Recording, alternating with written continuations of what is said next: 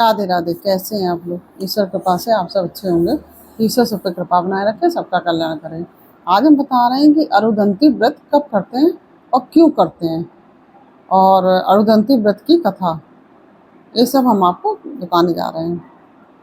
यह व्रत चैत्र शुक्ल पक्ष की प्रतिपदा से लेकर तृतीया तक किया जाता है, और कहा जाता है कि इस व्रत के प्रभाव से स्त्रियों को वैधव्य का दुख नहीं भोगना पड़ता है, और जो स्त्रियां श्रद्धापूर्वक विधिवत इस व्रत को करती हैं उन्हें अचल सौभाग्य की प्राप्ति होती है। और इस व्रत के आरंभ में संकल्प लेना चाहिए, जैसा कि सभी व्रत में लिया जाता है। तो इस व्रत में भी संकल्प लेना चाहिए कि मैं जन्म जन्मांतर विधवा ना हूँ और पुत्र रूप और संपत्ति से संपन्न हूँ। दूसरे दिन रात्रि में 3 मूर्तियाँ अर्धंती, वशिष्ठ और ध्रुव की बनानी चाहिए। सर्वप्रथम अर्धंती मूर्ति की पूजा विधिवत करनी चाहिए और फिर शेष मूर्तियों की। तीसरे दिन शिव पार्वती के पूजन के पश्चात व्रत समाप्त करना चाहिए। इसके बाद उन मूर्तियों को किसी सुयोग ब्राह्मण को दे देनी चाहिए या जल में प्रवाहित कर देनी चाहिए। और अरुधंती व्रत की कथा इस प्रकार से है।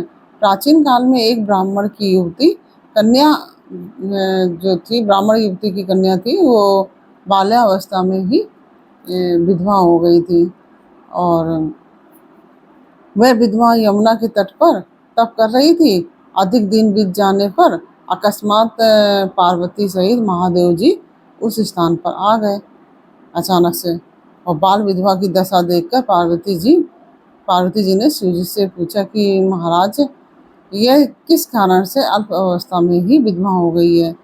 महादेव जी ने कहा कि हे पार्वती, पूर्व जन्म में एक ब्राह्मण था, उसने एक योग्य और सुशील ब्राह्मण की कन्या के साथ विवाह कर लिया।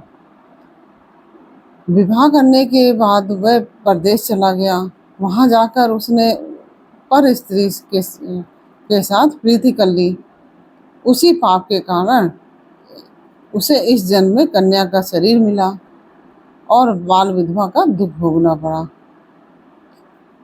हे पार्वती, जो अपनी स्त्री को छोड़कर पराई स्त्री से प्रीति जोड़ता है अथवा परदेश में सदा के लिए चला जाता है, वह दूसरे जन्म में स्त्री होकर विधवापन का भोग भोगना पड़ता है। उसे, इस इंसान को विधवापन का भोग भोगना पड़ता है। महादेव जी के अमृत उपदेश को सुनकर पार्वती जी ने उस विधवा के उद्धार का उपाय पूछा। तो महादेव जी ने कहा कि हे पार्वती, यदि यह अरुधंती व्रत करेगी तो अगले जन्म में इसे बाल वैधव का दुख नहीं भोगना पड़ेगा, और यह हमेशा सुखी रहेगी, सदा ही सुहागन और सुखी रहेगी। इस प्रकार से यह अरुधंती व्रत की कथा है।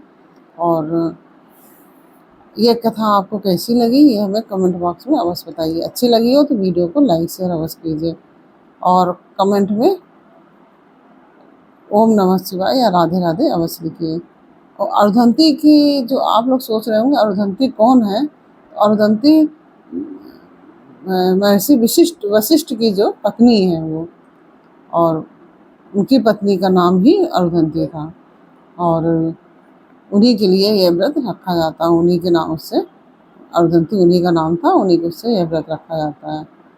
और आपको ये जानकारी कैसी लगी हमें कमेंट बॉक्स में अवश्य बताइए। अच्छी लगी हो तो वीडियो को लाइक शेयर कीजिए, और यदि आपने हमारे चैनल को सब्सक्राइब नहीं किया है तो प्लीज़ हमारे चैनल को सब्सक्राइब कर लीजिए और बेल आइकन बटन अवश्य दबा दीजिए, जिससे कि हमारे आने वाले सारे वीडियोस आपको प्राप्त हो सकें। फिर मिलते हैं आपसे एक नई जानकारी, एक नई कहानी के साथ। तब तक के लिए राधे राधे। ओम नमः शिवाय।